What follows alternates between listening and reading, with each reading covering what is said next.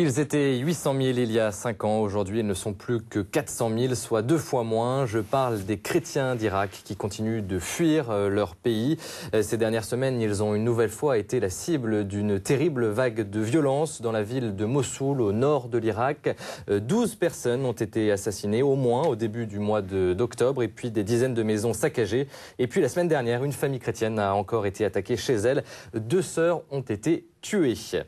Qui en veut aux chrétiens d'Irak? Pourquoi cherche-t-on à les faire disparaître du pays? Dans ce chaos, y a-t-il des signes d'espoir? Décryptage sur ce plateau avec Laurent Larcher, journaliste à La Croix. Bonjour. Bonjour. Et merci d'être avec nous.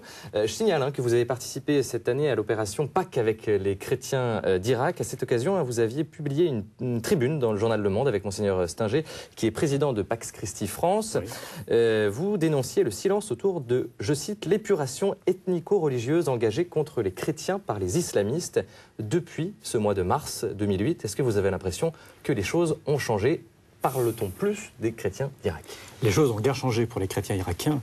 En revanche, effectivement, j'ai le sentiment qu'en Europe et en France en particulier, on s'intéresse enfin à la situation des chrétiens irakiens. En France, bien sûr, mais encore la semaine dernière en Italie, le Parlement italien a discuté pendant toute une journée sur la situation des chrétiens irakiens et s'est préoccupé de la situation en disant que c'est une question grave devant laquelle l'Occident et l'Europe et l'Italie devaient absolument se mobiliser. Le Parlement européen aussi a également évoqué cette situation. Je crains que le Parlement européen soit un peu moins attentif, pour le moment en tout cas, à la situation du Proche et du Moyen-Orient, et notamment la situation des chrétiens. Pourtant, ils ont évoqué ce problème. Pas de manière, en tout cas à ma connaissance, de manière très claire. Enfin, effectivement, ils pointent la question, mais il n'y a pas encore, me semble-t-il, à ma connaissance, un vrai mouvement européen, un mouvement politique, un mouvement institutionnel pour prendre en charge la question des chrétiens en Irak. Alors Laurent Larcher, on a vécu il y a peu l'élection de Barack Obama à la présidentielle américaine qui génère beaucoup d'espoir autour de cette question irakienne. Est-ce qu'on sait ce que pensent vraiment les chrétiens irakiens de cette élection? Écoutez, je crois que comme tous, comme la plupart, en tout cas, ils ont salué un changement, cette volonté de rompre avec les années Bush. Donc ça, c'est plutôt une bonne chose. Il y a cette annonce du retrait des forces américaines en Irak, qui est, je crois, accueillie de deux manières. D'abord, les Américains n'ont pas su assurer la paix, ils n'assurent pas la paix sur place. Les chrétiens irakiens souffrent du fait d'être de la même religion, la même confession religieuse que les soldats américains. Donc, au regard des islamistes, ils sont vus comme des collaborateurs, donc des ennemis à abattre. Donc, de ce point de vue, évidemment, ça s'annonce comme une bonne nouvelle. En même temps, qui va assurer la paix, enfin la sécurité sur place? À l'évidence, si les troupes, les alliés, en tout cas, si les Américains se retirent, qui, à la place des États-Unis, va assurer la paix sur place? Éviter le chaos, éviter que les chiites et les sunnites s'entretuent, ou ce rapport un peu meurtrier et suicidaire entre les uns et les autres, qui empêchera le Kurdistan de se séparer de l'Irak. Là, la question est totale. Alors tout de suite, Laurent Larcher, on va se rendre en Irak depuis 2003. Quelle est la situation des chrétiens du pays? Les explications en images de Sophie Lenné. Depuis le début de l'invasion américaine en 2003, les chrétiens d'Irak sont victimes d'enlèvements, d'actes d'intimidation et de terreur. Au total, 200 chrétiens ont été assassinés. Ces violences seraient infligées par des groupes islamistes qui ne leur laissent pas le choix, se convertir ou prendre la fuite. Nous sommes très préoccupés par cette situation qui remet en cause l'identité et l'existence de notre Église en Irak. En l'espace de 5 ans, plus de la moitié des 800 000 chrétiens d'Irak ont quitté le pays. En effet, pour échapper au chaos dans lequel ils se trouvent plongés, beaucoup fuient vers l'Occident et les pays voisins, Jordanie, Syrie ou bien encore Turquie. Pour Monseigneur Najim, seul le rétablissement de la stabilité dans le pays pourrait mettre un terme à ces départs forcés. Quand le calme et la sécurité seront revenus en Irak, ces vagues d'immigration s'arrêteront d'elles-mêmes. En effet, quand les jeunes verront que la stabilité sera revenue dans leur pays, ils reviendront car ils adorent l'Irak. Ils sont partis à contre-cœur et vivent extrêmement mal leur statut d'immigrants. Mais au cours de ces dernières semaines, ces violences se sont accentuées, notamment à Mossoul, où une douzaine de chrétiens ont été assassinés. Suite à ces persécutions, près de 10 000 chrétiens ont quitté la ville pour se réfugier vers les villages de la plaine de Ninive, où la liberté religieuse est plus grande. L'Irak est composé d'une multitude de religions, d'identités, de cultures. L'Irak pourrait être comparé à un jardin qui aurait besoin de ses terres, de ses arbres, de ses fleurs, pour garder toute sa splendeur. Mais pour que le jardin soit encore plus beau, nous devons maintenir ces différentes communautés en Irak et s'assurer de leur sécurité. Bien que le gouvernement ait pris des mesures pour rétablir le calme, la peur persiste chez la communauté chrétienne d'Irak. Implantée depuis 2000 ans, sa présence au Moyen-Orient est antérieure à celle des musulmans. Oui, Laurent Larcher, avant de revenir sur la dernière vague de violence qui a touché les chrétiens à Mossoul au début du mois d'octobre, un petit rappel historique, il faut rappeler que les chrétiens sont chez eux en Irak depuis 2000 ans. Oui, en fait même depuis plus longtemps, parce qu'on dit les chrétiens, mais sachez que la communauté principale des chrétiens, ce sont les Assyro-Chaldéens, qui au fond est un peuple biblique antique, il remonte de Babylone, donc c'est un peuple extrêmement ancien, c'est l'un des rares peuples de l'Antiquité qui nous reste, qui est encore vivant, qui porte ce témoignage d'une histoire absolument fantastique et fabuleuse au cœur de la civilisation mésopotamienne, je vais y arriver. Et effectivement, ils ont été convertis, ils sont convertis au christianisme dès le 1er siècle, par l'apôtre Thomas, dit-on, saint Thomas. En tout cas, c'est la légende qui le dit, mais ils portent ce sont des premières communautés chrétiennes. Donc c'est un peuple extrêmement ancien, bien plus ancien ils ont plus de 2000 ans de présence sur place. Donc ils sont bien chez eux, c'est ça qui est important. Ninive, c'est leur ville. La Ninive biblique dont on parle, évidemment, ils l'ont vu, ils l'ont bâti avec leurs mains. Donc c'est déjà cette première racine absolument fabuleuse et étonnante, ancienne, avec les Coptes. Les Coptes sont, eux, les descendants des Égyptiens, les Assyro-Chaldéens sont sans doute les descendants des Babyloniens. Donc ça, c'est une chose. La deuxième chose, donc encore une fois, une conversion dès le 1er siècle par l'apôtre Thomas. Et là, nous avons les premières communautés chrétiennes depuis le 1er siècle. Donc, et depuis 2000 ans, ils ont habité, ils ont christianisé, ils ont travaillé cette terre d'Irak de leur christianisme. Alors, on ne va pas rentrer dans les détails, mais avec toute une série, une myriade de communautés chrétiennes qui sont présentes aujourd'hui. Oui, aujourd'hui, on estime, il y a une douzaine d'églises chrétiennes, donc c'est quand même très très vaste. Certaines sont rattachées à Rome, comme les Chaldéens, dont l'ethnos et les Assyro-Chaldéens. D'autres sont autocéphales, sont orthodoxes. Enfin, c'est très très compliqué de rentrer un peu dans cette mosaïque des communautés chrétiennes, mais la plus grande communauté chrétienne est chaldéenne et rattachée à Rome. Alors, depuis 2003, année de l'arrivée des Américains sur le sol irakien, bien sûr, toute la population est victime du terrorisme, mais la moitié des chrétiens du pays a déjà quitté le pays. Peut-on parler d'épuration religieuse ? Alors, je dirais, faut faire attention avec les mots qu'on utilise. D'abord, le départ, l'exil des chrétiens ne date pas de 2003. Des Chaldéens et des chrétiens d'une manière générale, il est malheureusement plus ancien.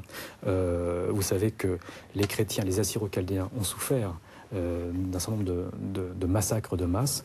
On n'en parle pas ou peu, ou même pas du tout. Déjà dans le génocide arménien de 1915, évidemment, les Arméniens ont souffert, ont payé le plus lourd tribut, mais on estime aussi à 250 000 Chaldéens, Assyro-Chaldéens, qui ont été massacrés par les Turcs. 1915-1917. Et toute histoire de l'Irak moderne, 1931, l'indépendance de ce pays, le renversement de la royauté au début des années 60, Saddam Hussein, l'épuration des villages chrétiens dès 1975 dans le Kurdistan, une nouvelle vague de persécution à la fin des années 80. Donc c'est quand même une communauté qui régulièrement, en tout cas au XXe siècle, a souffert de régimes très très durs avec eux.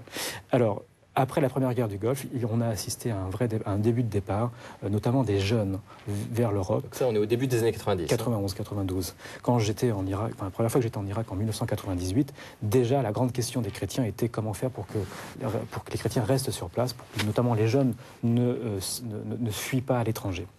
Alors, à l'évidence, l'intervention américaine de 2003... Donc la chute de Saddam Hussein. La chute de Saddam Hussein a précipité, parce que ça a été un chaos, a précipité cet appel vers l'extérieur. Voilà. Qu'est-ce qui se passe ? Il y a des actes de terrorisme, des attaques contre les chrétiens. Pourquoi et par qui ? Écoutez, en tout cas, prenons des exemples précis. La Mossoul, dont on parle beaucoup, qui est la grande ville chrétienne d'Irak. Au nord du pays. Au nord du pays. De 2003 à 2004, la situation, disent les habitants de Mossoul, était plutôt calme. La cohabitation entre chacune des communautés était était parfaite. Et l'annonce de la chute de Saddam Hussein a été plutôt accueillie comme une excellente nouvelle. En revanche, donc, à partir de 2004, catastrophe, des extrémistes sont apparus, on les appelle les Al-Qaïdistes, donc des mouvements d'Al-Qaïda, et là, il y a une forme de confessionnalisation à l'extrême des communautés à Mossoul, chiites, sunnites, kurdes, et chrétiens. Et depuis donc 2004, les chrétiens sont l'objet de rançons, d'intimidations et de meurtres maintenant de la part de mouvements assez peu identifiés. On les appelle Al-Qaïda, ce sont des islamistes. Ils le font, ils mélangent en fait des raisons mafieuses parce que on demande aux chrétiens de payer des rançons et des demandes religieuses. On leur demande de se convertir. Alors, il y a des meurtres, bien sûr, et puis on leur demande de quitter, entre guillemets, la terre de l'islam. Oui. C'est ce qu'ont demandé les terroristes qui sont intervenus à Mossoul très récemment, au début du mois d'octobre. Oui, absolument. C'est une terre d'islam, en tout cas de la part des extrémistes. Donc, qui dit terre d'islam, pour un extrémiste, un chrétien n'a pas à être là. Donc, effectivement, oui. Conséquence sur ces derniers événements, 10 000 chrétiens ont fui la ville de Mossoul pour des villages alentours, notamment, même si certaines familles commencent à revenir. Est-ce que ces dernières violences sont synonymes d'un nouveau stade dans la persécution contre les chrétiens en Irak ? Un nouveau stade, je ne sais pas. En tout cas, c'est une nouvelle étape à l'évidence. Mossoul, aujourd'hui, accueille tous les extrémistes d'Irak, ce qu'on appelle, encore une fois, les mouvements al-qaïdistes, qui sont poursuivis dans tout l'Irak et qui trouvent là comme base de refuge la ville de Mossoul. Et donc là, on a vraiment affaire aux plus dangereux, aux plus cinglés, aux plus fous, aux plus extrémistes. Et ils veulent prouver qu'ils sont les maîtres du sol. Donc oui, je crains malheureusement que tant qu'on n'aura pas éradiqué tous ces mouvements extrémistes, la situation des chrétiens sera de pire en pire. Où partent les chrétiens ? Alors ils choisissent deux choses. Il y a ceux qui partent à l'intérieur du pays pour y revenir, notamment dans le Kurdistan. Et puis il y a ceux qui décident de partir sans doute définitivement et eux choisissent déjà l'étranger. Donc en fait tous les pays limitrophes, la Jordanie, la Syrie, la Turquie, le Liban, l'Iran. Donc ce sont des pays qui accueillent des réfugiés. Et la plupart de ces réfugiés, pas tous bien sûr, mais attendent un visa notamment pour l'Occident. Et difficile d'imaginer leur retour prochainement en tout cas. Bien, en tout cas, il y a un vrai débat dans la communauté chrétienne. Il y a ceux qui disent nous, notre départ n'est pas définitif, on attend que la paix est assurée. Et en même temps, d'autres, et surtout les plus jeunes au fond, pensent que leur avenir n'est plus là. Alors, ces dernières violences à Mossoul ont également mis en lumière une autre question très importante. Les autorités irakiennes ont-elles la volonté de défendre les chrétiens d'Irak ? Écoutez, Monseigneur Kasmoussa, évêque syrien catholique de Mossoul, il met en cause l'attitude de l'armée, de la police irakienne lors des dernières violences dans sa ville de Mossoul. On l'écoute, on l'a interrogé lors d'une visite à Paris il y a quelques semaines. La réaction est venue un peu tard du gouvernement. Si le gouvernement avait réagi, donc les forces de sécurité avaient réagi avec premier, deuxième, troisième assassinat, disons, ah non, faites attention, les gens seraient restés chez eux. Qu'est-ce que vous espérez et qu'est-ce que vous demandez et à qui vous le demandez ? Tout d'abord au gouvernement irakien, donc aux forces, donc à l'armée irakienne, aux forces de sécurité irakiennes, d'imposer la loi et d'imposer la présence du gouvernement de l'autorité. Ce qui donnerait confiance aux gens, chrétiens et autres, parce qu'il faut aussi savoir et affirmer que les chrétiens ne sont pas les seules victimes de cette violence générale. C'est vrai que nous sommes plus vulnérables, parce que moins nombreux, moins résistants à tout cela, mais nous ne sommes pas les seuls. Il y a beaucoup de familles musulmanes qui ont été sinistrées, décapitées par les terroristes. Et tous les réfugiés irakiens à l'étranger ne sont pas que des chrétiens. Voilà, Monseigneur Kasmoussa que j'ai pu rencontrer il y a quelques semaines à l'occasion d'une conférence de presse organisée par l'Aide à l'Église en détresse, l'AED. Monseigneur Kasmoussa, Laurent Larcher, qui lui-même a été enlevé par des terroristes Absolument. Il y a quelques années. Oui, tout à fait. Les autorités irakiennes ont-elles vraiment la volonté de défendre les chrétiens d'Irak ? C'est la question que pose en gros Monseigneur Kasmoussa. Alors, ont-elles la volonté, ont-elles les moyens de défendre toute une question est importante. Je crois quand même qu'ils ont intérêt à montrer à la face de l'opinion internationale qu'ils sont capables d'assurer la sécurité de tous leurs ressortissants, et notamment des chrétiens. Maintenant, ont-ils les moyens ? Je crains que pour le moment, ce n'est pas le cas, évidemment. Parce qu'ils ont réagi tard, c'est ce qui expliquerait. Oui, ils ont réagi tard, mais même. Réaction tardive. On ne se déplace pas librement en Irak. Clairement, ce pays est en train de vivre une partition, une division, personne ne le dit, mais l'unité irakienne est une unité qui, pour le moment, est plutôt sur le papier. Mais en réalité, dans les faits, on a les chiites et les sunnites et les kurdes qui sont en train de se constituer un fief autonome et espèrent tous une indépendance. On va en reparler un petit peu plus tard.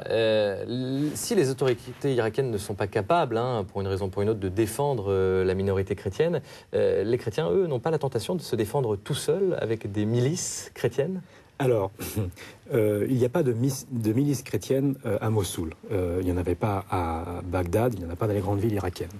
En revanche, il est vrai que dans le Kurdistan, et notamment à la ligne de frontière entre le Kurdistan irakien et le Mossoul, il y a... Là, on est au nord du pays, tout à fait, bien le préciser. Oui, donc dans ce qu'on appelle la plaine de Ninive, qui est traditionnellement une région chrétienne, là, le gouvernement kurde, alors c'est compliqué, la région kurde irakienne est dirigée donc par un gouvernement, c'est une région autonome, elle n'est pas indépendante, elle est autonome. Et là, le gouvernement kurde, effectivement, paye des miliciens pour protéger les villages chrétiens. Voilà. C'est quoi son intérêt ? Écoutez, il faudrait voir ça avec le président Barnazi. Officiellement, ils disent que c'est une terre de liberté, de tolérance, et donc chacun doit être accueilli ici pour ce qu'il est. Il y a un ministre qui s'appelle le ministre Sarkhan, qui est l'un des bras droits du président Barzani, qui, lui, a, semble-t-il, un projet beaucoup plus ancré, qui serait de constituer une zone autonome, un territoire autonome pour les chrétiens au Kurdistan, donc c'est en train de se faire. Et puis, si un jour le Kurdistan a son indépendance, milite pour son indépendance, il pourra dire, pour justifier de son indépendance, que lui, au moins, a su protéger les chrétiens que personne ne protégeait en Irak. Monseigneur Kesmoussin, par ailleurs, demande au gouvernement irakien de garantir l'égalité de droits et de faits pour toutes les minorités, bien sûr, y compris les chrétiens. Que dit la constitution irakienne sur la liberté religieuse en Irak ? En principe, elle est autorisée. Maintenant, dans les faits, elle n'est pas défendue. Il y a bientôt des élections provinciales dans le pays. Elles sont prévues pour le début de l'année. Le Conseil présidentiel a finalement approuvé la loi sur les minorités. Vous pouvez nous rappeler en quoi consiste cette loi, sans rentrer trop dans les détails. C'est compliqué, mais après de nombreux débats, on a enfin accepté qu'il y ait des postes réservés à des représentants des députés chrétiens. À l'origine, il devait être 7, je crois. Finalement, ils seront 3, donc il y a 3 postes réservés. C'est pas grand-chose. C'est absolument pas grand-chose, mais c'est déjà quelque chose. Donc concrètement, ça ne va pas forcément changer la donne. D'accord. Alors, l'Irak, bien sûr, était au cœur des préoccupations du dernier synode des évêques qui s'est déroulé à Rome. C'était au mois d'octobre. Parmi les pères synodaux, le cardinal Emmanuel Deli, archevêque chaldéen de Bagdad, une grande figure de l'Église d'Irak. On regarde, c'est un sujet de nos confrères d'H2O News.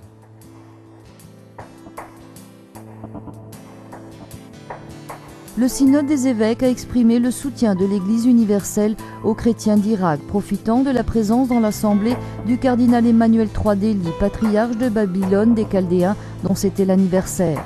Le patriarche est né le 6 octobre 1927 à Tel Kaïf. Il a été ordonné prêtre à Mossoul le 21 décembre 1952 et patriarche depuis le 3 décembre 2003 et cardinal depuis novembre 2007.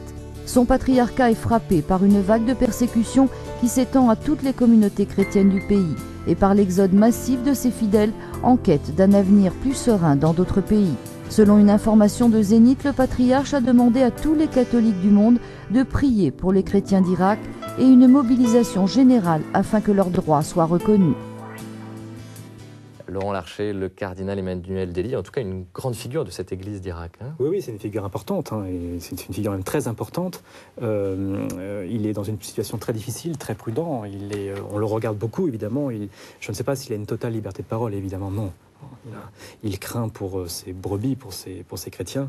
Donc il est dans une situation où, dès qu'il s'exprime en public, on peut lui reprocher d'avoir dit ou de ne pas avoir dit les choses. Et en Irak, ça se traduit souvent par la mort, par les exécutions ou par un attentat. D'autant que les ecclésiastiques, eux aussi, sont directement concernés par les menaces. Et là, il faut dire que la hiérarchie catholique, enfin chrétienne, la hiérarchie, est courageuse et impressionnante d'abandon et de dévouement pour ce pays.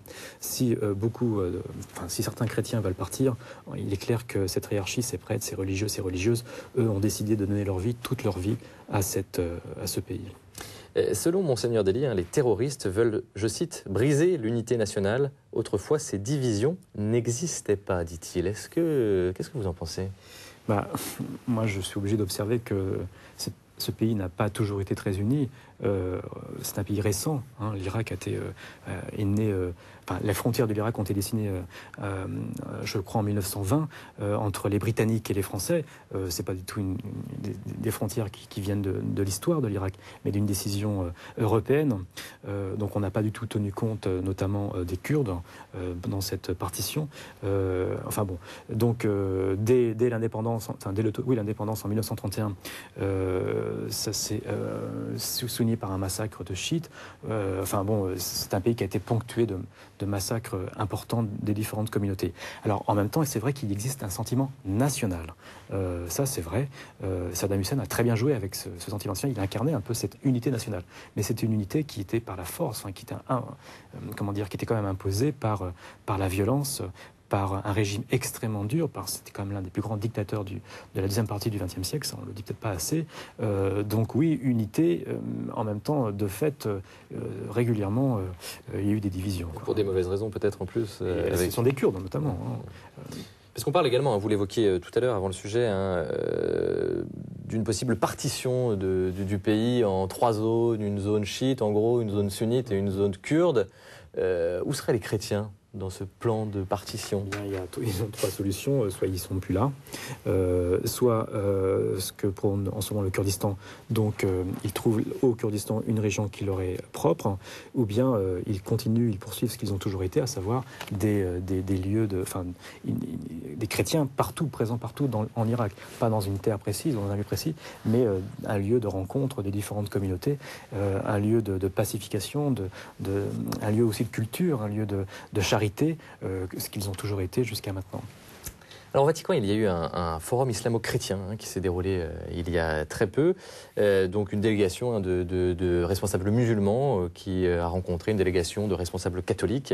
Le texte final de cette rencontre condamne l'oppression, la violence et le terrorisme, particulièrement celui commis au nom de la religion. Est-ce que ça peut changer quelque chose selon vous? Est-ce que c'est une bonne nouvelle ou c'est de la simple intention? Il faut attendre les actes. Qu'est-ce que vous en pensez? Écoutez, c'est toujours une bonne nouvelle de le dire. Que ce soit dit par les deux communautés. En même temps, de fait, c'est pas la première fois qu'on entend ce genre de discours. Donc moi, je le salue, bien sûr. Mais est-ce que c'est ça qui va changer Ben Laden dans sa vision du monde? Est-ce que c'est cela qui va changer les extrémistes de part et d'autre dans leur manière de s'entretuer? Je crains que non. D'où peut venir la bonne nouvelle pour les chrétiens d'Irak, notamment? Écoutez, moi, je pense que l'une des choses sur laquelle il faudrait réfléchir, c'est d'essayer d'organiser une conférence internationale sur la situation de l'Irak, d'abord, parce que, comme le dit très bien, il n'y a pas seulement les chrétiens qui souffrent en Irak, mais au fond, tous les Irakiens souffrent de la situation. Et les premiers en nombre de morts, évidemment, ce sont les musulmans qui souffrent d'abord de cette situation, et notamment les femmes. Mais au-delà de cela, à l'évidence, il faut absolument une conférence internationale à laquelle participent les pays musulmans. C'est une situation d'abord... la solution doit être trouvée d'abord par les partenaires, par les pays voisins de l'Irak, par les pays qui sont engagés dans l'histoire de l'Irak. Et ça ne peut absolument pas se faire sans les pays musulmans. Donc ce n'est pas une solution qui viendrait de l'Occident, c'est une solution qui doit venir de l'Orient, parce que c'est une question qui traverse et qui coule l'Orient.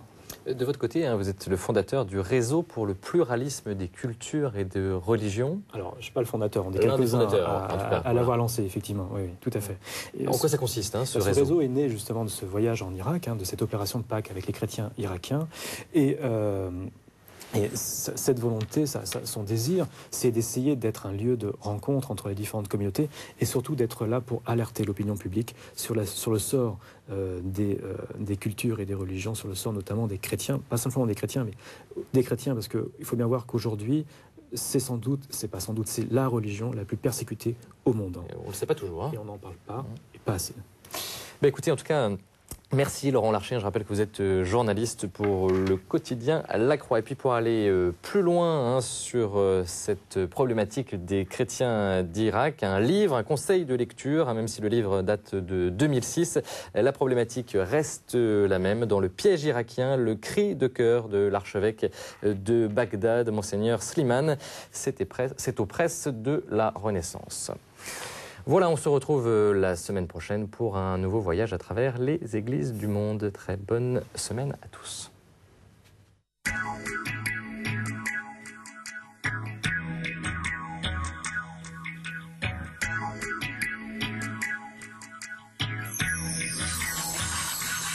Yeah.